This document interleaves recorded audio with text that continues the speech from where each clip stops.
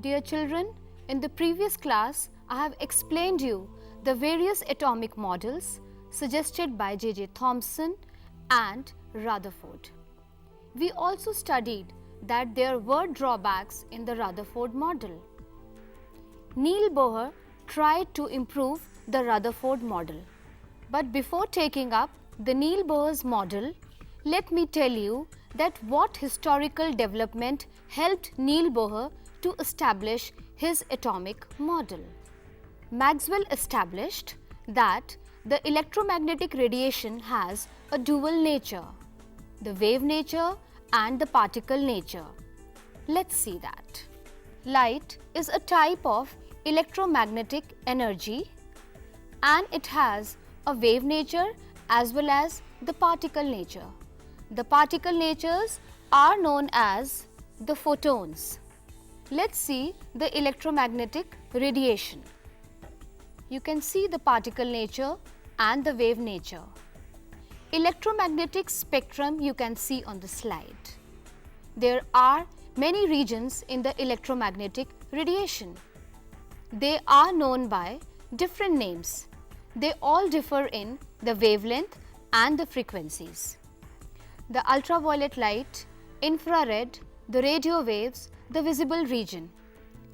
Our eyes can only detect the visible region. All other are invisible to the human eyes. To detect these invisible region, we need special instruments. You can see the very small portion in the electromagnetic radiation which is known as the visible region. And you can also see the spectrum of the visible region. When a white light is passed through the prism, it disperses into 7 colors, that is Vibgyor. Wavelength and frequency are related as lambda into nu is equals to c and it is equals to 3 into 10 raised to power 8 meter per second. Frequency or wavelength determines the type of the radiation. This Maxwell's concept helped Bohr a lot. Bohr then gave his atomic model and he proposed that atom has a nucleus in the center and the electrons are revolving in the fixed orbits around the nucleus. These orbits have the fixed radius and energy and they are present in the form of the concentric rings.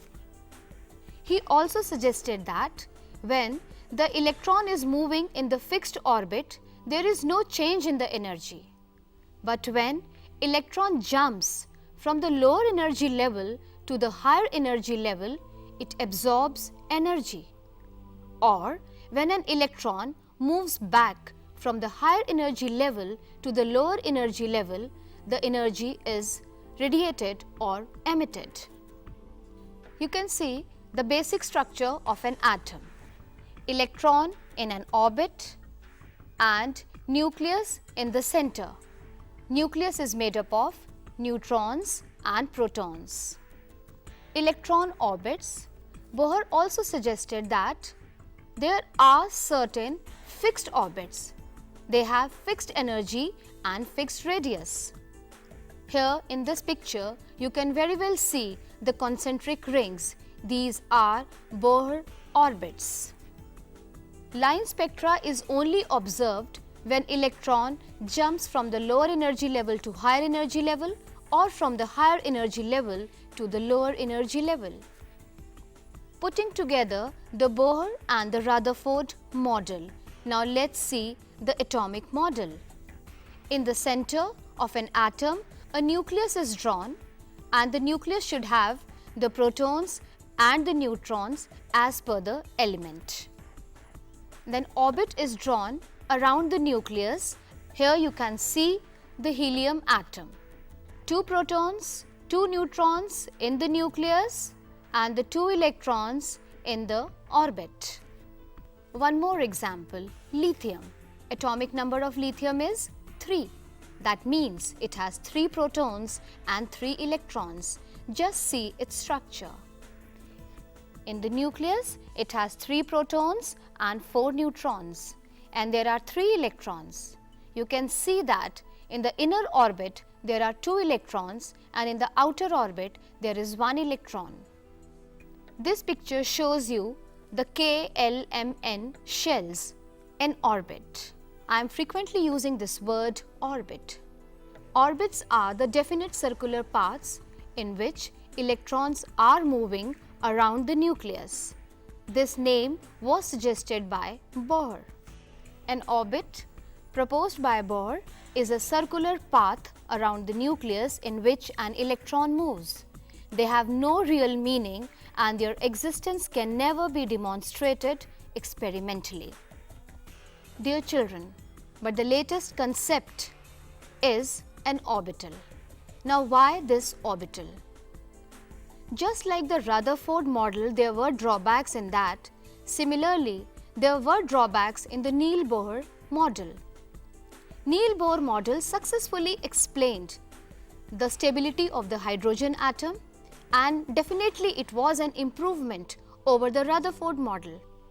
But it failed to explain the finer details of the spectra of the hydrogen.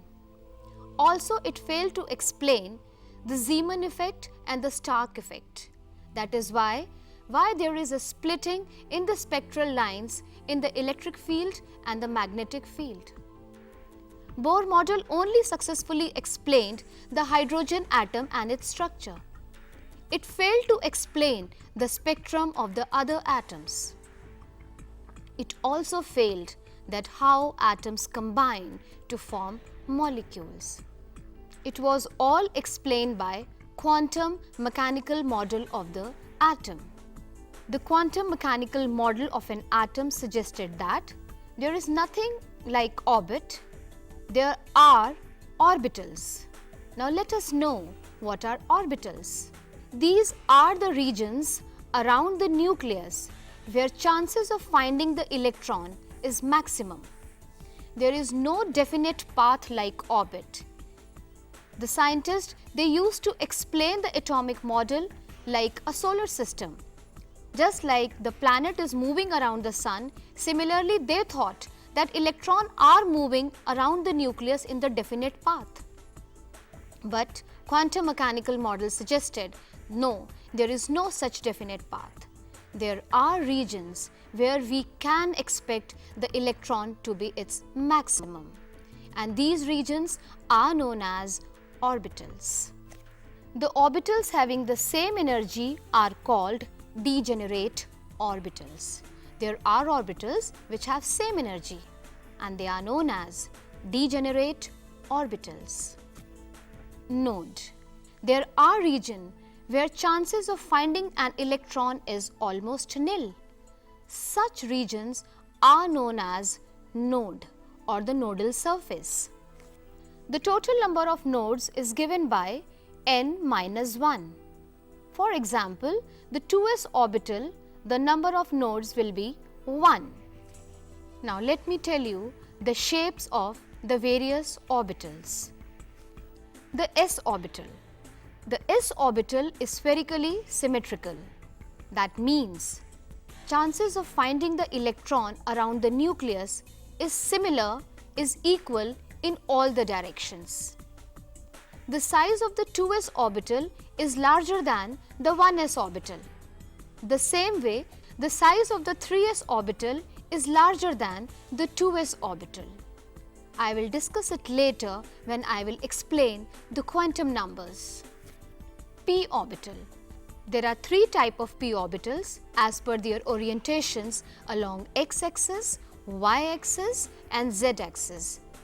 The p orbitals are designated as px, py, pz.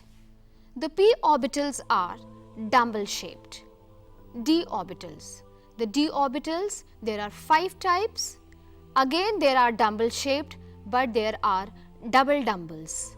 They are designated as dxy, dyz, dxz, dx square minus y square and dz square.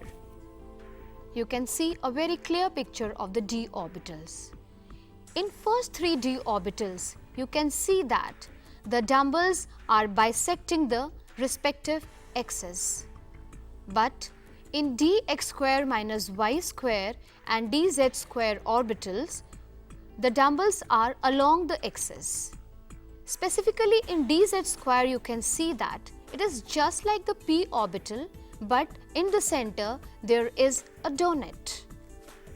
Here all the 3p orbitals px, py and pz are represented together, and you can see the movement of electrons. Here you can see the orbits and the orbitals. Dear children, till now we have studied the dual nature of the electromagnetic radiations, the electromagnetic spectrum, and how it helped the Niels Bohr to establish its model of an atom, and the shapes of the various orbitals. In the next chapter, we will study about the quantum numbers and the electronic configuration.